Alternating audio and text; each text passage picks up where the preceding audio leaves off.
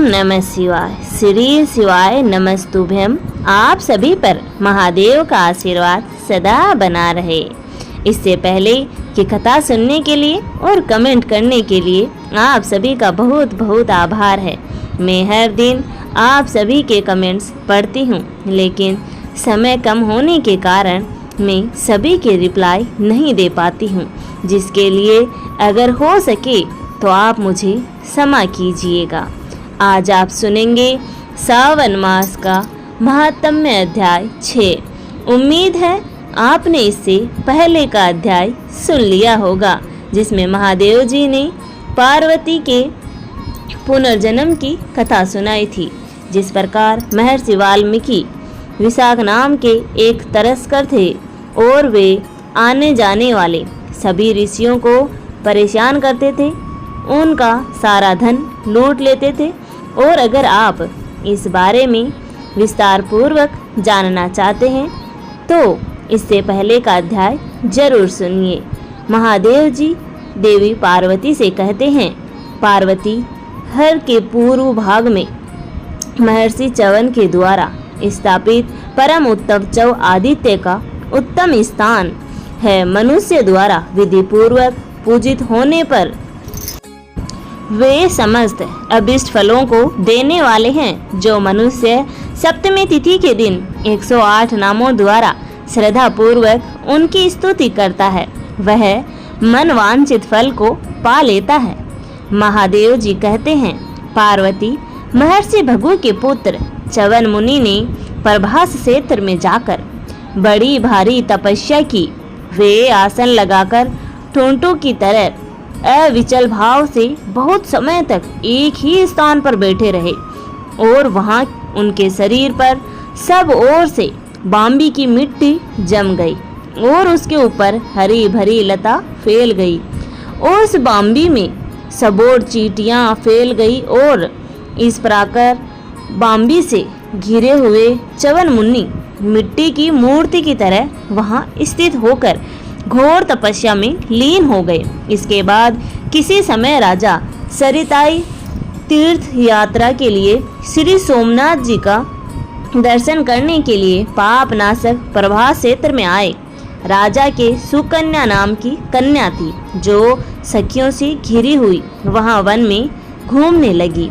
घूमते घूमते वह च्यवन मुनि की बाम्बी के पास पहुंची। वहां उनके चमकते हुए नेत्रों को देखकर उसने कौतूहलवश सोचा कि यह क्या है। फिर उसने एक कांटे से उन दोनों नेत्रों को छेद दिया। नेत्रों के छेद जाने पर मुनि के क्रोध से राजा सरियाती के सैनिकों का मलमूत्र रुक गया। इससे सारी सेना बहुत दुखी हो गई। यह देखकर राजा को भी बड़ा दुख हुआ। वे बोले, आज किसने यहाँ महात्मा भार्गव का अपकार कर दिया है, उसे तुम लोग शीघ्र बताओ। सैनिकों ने उत्तर दिया, महाराज, हमें किसी अपकार करने वाले का कोई पता नहीं है। तब राजा ने अपने सुहृद से पूछा। सैनिकों को दुख से व्याकुल तथा पिता को चिंतित देखकर सुकन्या कहने लगी, पिताजी, मैं इस वन में घूम रही थी। इतने में एक बाम्बी के अंदर से मुझे जुगन की तरह चमकते हुए दो प्रकाश दिखाई पड़े। मैंने अज्ञानवश उन्हें बुद्ध डाला। और यह सुनकर राजा सरियाती शीघ्र उस बाम्बी के पास आए और उन्होंने तपोवन मुनि का दर्शन किया। फिर वे हाथ जोड़कर सैनिकों के कष्ट निवारण के लिए प्रार्थना करते हुए कहने लगे, हे भगवान, मेरी पुत्री ने अज्ञानवश जो अपराध किया है उसके लिए उसे क्षमा कर दीजिए। और फिर इसके बाद महर्षि की आज्ञा से ही राजा सरियाती ने उन्हें अपनी कन्या का ब्याह दी और खुद सेना के साथ नगर को प्रस्थान किया। सुकन्या परम उत्तम तपस्वी पति को पाकर प्रेम पूर्वक तपस्या और नियम से रहती हुई अब उनकी सेवा करने लगी। मुनि के यहाँ जो भी अतिथि आते उनका यथोचित सत्कार करके वह शीघ्र महर्षि च्यवन की सेवा में तत्पर हो जाती थी। कुछ समय के बाद अश्विनी कुमार नामक देवता उस वन में आए। उन्होंने सुंदर दांतों वाली सुकन्याओं को स्नान करके जाते हुए देखा और उसके पास जाकर कहा, वह तुम किसकी स्त्री हो और इस वन में किसके लिए घूम रही हो? सुकन्या ने प्रसन्न होकर कहा, आप लोग मुझे राजा सरियाती की पुत्री और महर्षि च्यवन की पत्नी समझिए। अश्विनी कुमार कहने लगे कि तुम्हारे पति ने जानबूझकर इन गत महर्षियों के साथ तुम्हारा विवाह कैसे कर दिया? च्यवन जी तुम्हारे पालन पोषण और रक्षण करने में तो सर्वथा असमर्थ हैं। एक तो वे वृद्ध हो गए हैं, ऊपर से उनका शरीर भी जीर्ण शीर्ण हो गया है, इसलिए उन्हें छोड़कर तुम हम दोनों में से किसी एक को अपना पति बना लो।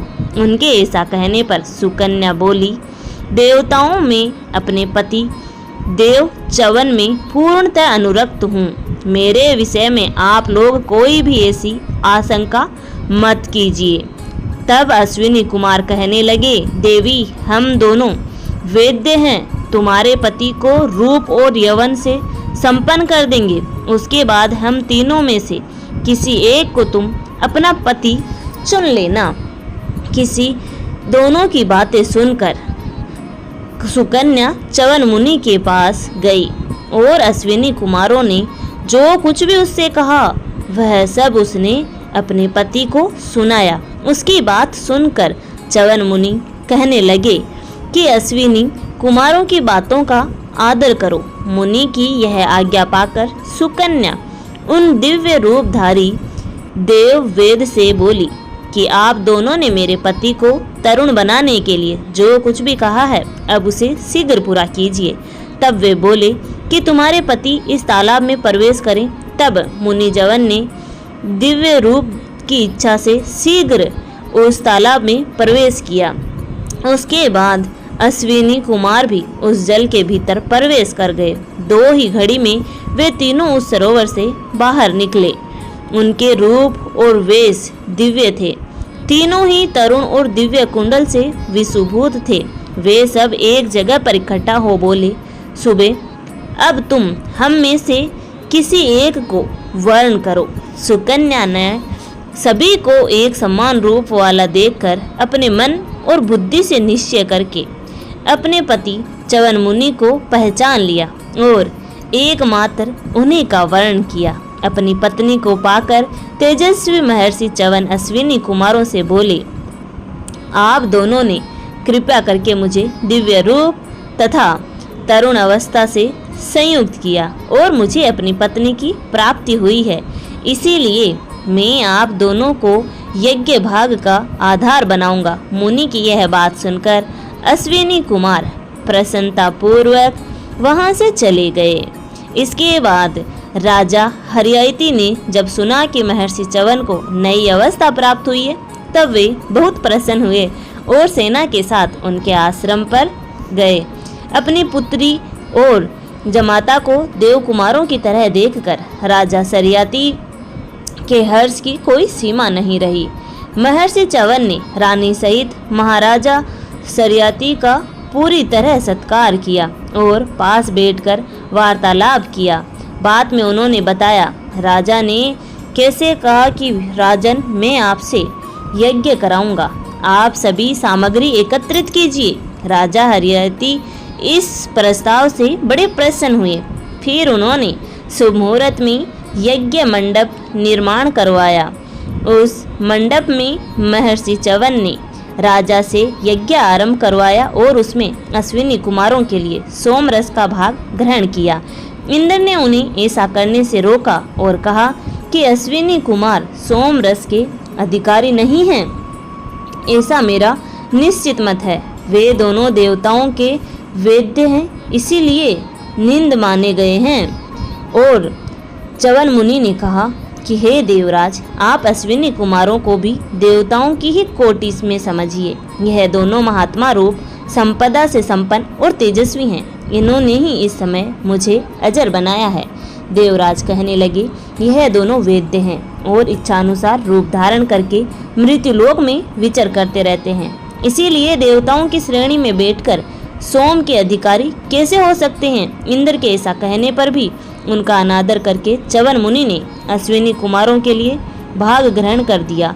यह देखकर इंद्र ने कहा, अगर तुम मेरी अवहेलना करके इन वेद के लिए सोमरस का भाग ग्रहण करोगे तो मैं तुम्हारे ऊपर भयंकर वज्र का प्रहार कर दूंगा। देवराज इंद्र की यह बात सुनकर च्यवन मुनि ने एक बार उनकी ओर देखा और अश्विनी कुमार के लिए सोमरस का भाग विधि पूर्वक निकाल दिया। ठीक उसी समय इंद्र ने उन पर तुरंत वज्र का प्रहार कर दिया, किंतु भंगु नंदन च्यवन ने वज्र सहित उनकी बाह स्तंभित कर दी। इसके बाद मंत्र पढ़कर अग्नि में आहुति डाली।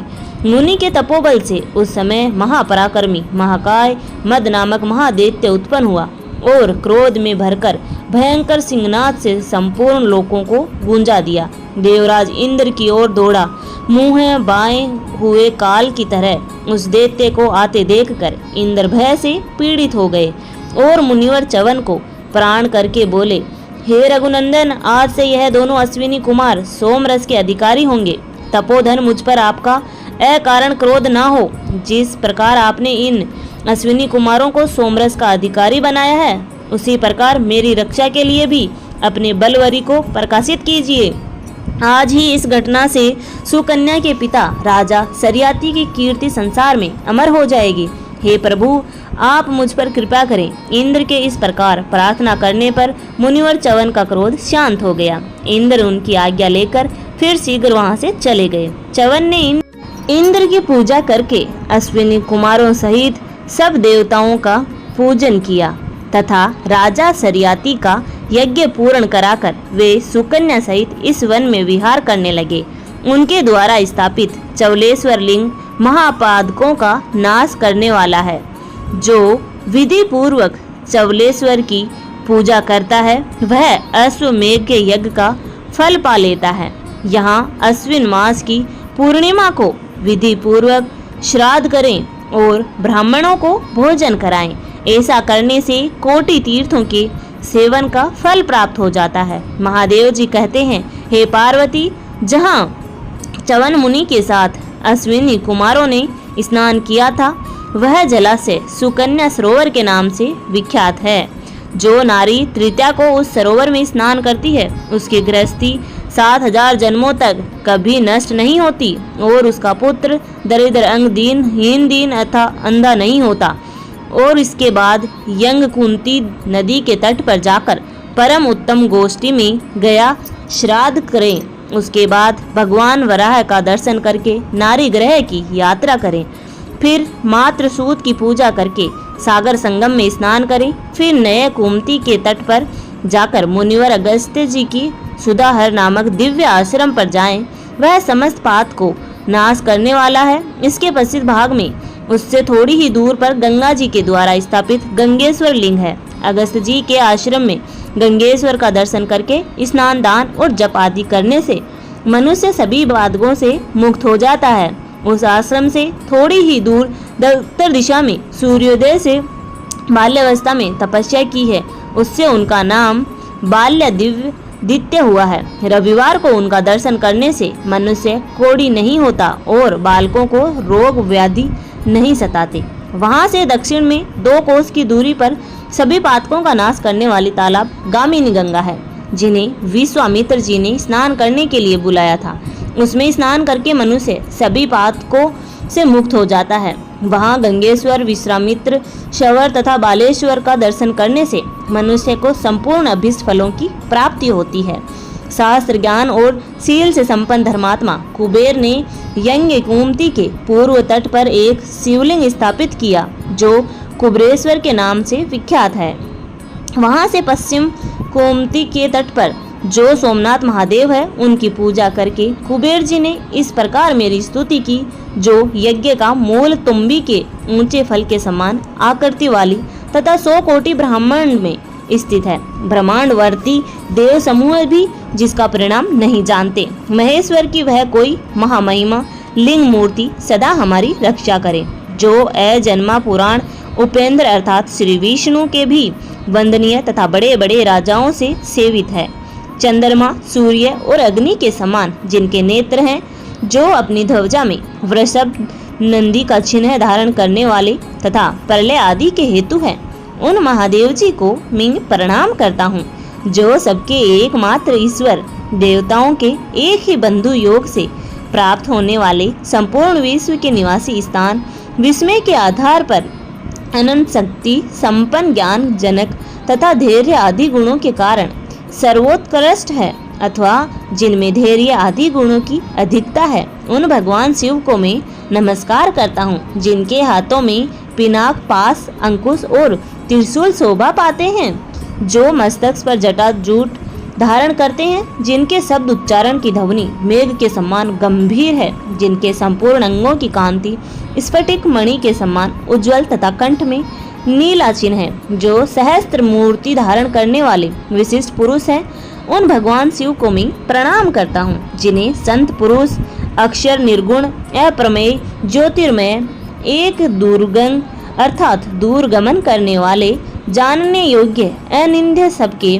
हृदय में अंतर्यामी रूप से विराजमान तथा परम पवित्र बतलाते हैं, उन भगवान शंकर को मैं नमस्कार करता हूँ, जिनका स्वरूप तेज पुंज के समान है, जिनके मस्तिष्क पर बाल चंद्रमा शोभा पाते हैं, उनका भयानक मुख स्फुरद होता है, जो काल के भी काल, मनोवांछित फलों के दाता, आसक्ति रहित, धर्मासनन तथा परा और अपरा दोनों प्रकृति में हो में विराजमान है, उन भगवान रुद्रदेव को मैं प्रणाम करता हूँ, जो इंद्रियां, विश्वपालक, शत्रु विजय, तीनों गुणों से परे, अजन्मा, निरय, तपोमय, वेदमय, प्रजापालक तथा अनेक नामों वाले इंद्र रूप हैं। इन्हीं आप महेश्वर को मैं नमस्कार करता हूँ, जो भूत और भविष्य के ज्ञाता महेश्वर हैं, योग वेता मुनीश्वर, सदा जिनका ध्यान करते रहते हैं, जो संसार बंधन के काटने वाले तथा नित्य मुक्ति स्वरूप हैं, उन महादेव जी को मैं बारंबार नमस्कार करता हूँ, जिन परम पुरुष परमात्मा के अनुपम मुख, बल, प्रभाव और स्वभाव आदि का ज्ञान देवताओं को भी नहीं होता, उन अचिंतनीय महिमा वाले भगवान महादेव को मैं नमस्कार कर। जिन अग्र मूर्ति भगवान शिव की आराधना करके अगस्त जी ने समुद्र को पी लिया तथा राजा दिलीप ने संपूर्ण मनोरथ प्राप्त कर लिए, उन विश्व योगी भगवान शंकर की मैं शरण लेता हूँ। देवेंद्रवंत के हे स्वंभु, मुझ अनाथ का उद्धार कीजिए, आप कृपालु हो, करुणामय हैं। हे उमेश, दुख सागर में डूबे हुए मुझ दीन का उद्धार कीजिए। भव, आप सबका कल्याण करने वाले हैं, मेरा भी कल्याण कीजिए। जिनकी पूजा करके ब्रह्मा और इंद्र आदि देवता स्वर्ग में इच्छानुसार विहार करते हैं, उन वंदनीय शिव जी की शरण में आकर मैं उन्हीं की स्तुति, उन्हीं का गुणगान, उन्हीं के नाम का जप और उन्हीं की वंदना करता हूँ। इस प्रकार स्तुति करके जब कुबेर जी मौन हुए, तब भगवान शिव ने उन्हें अपने मित्र का पद, दिग्पाल का पद और देवताओं के धना का पद, ये 3 वर प्रदान किए और कहा, यह सब तुम्हारे ही नाम पर है, अब कुबेर नगर कहलाएगा। तुमने इस स्थान से पश्चिम में जो शिवलिंग स्थापित किया है, उसका जो पुरुष श्री पंचमी के दिन विधि पूर्वक पूजन करेगा, उसके यहाँ 7 पीढ़ियों तक लक्ष्मी जी की बराबरी कोई नहीं कर पाएगा। जय भोलेनाथ। सावन मास महात्म्य में आज बस इतना ही। इसके आगे का वृतांत आप सभी अगले अध्याय में जरूर सुनिए। धन्यवाद दोस्तों, यहाँ तक बने रहने के लिए। आशा करती हूँ आपको मेरी दी हुई जानकारी पसंद आती होगी। ऐसी ही जानकारी प्राप्त करने के लिए आप हमारे चैनल को लाइक, शेयर एंड सब्सक्राइब करना ना भूलें।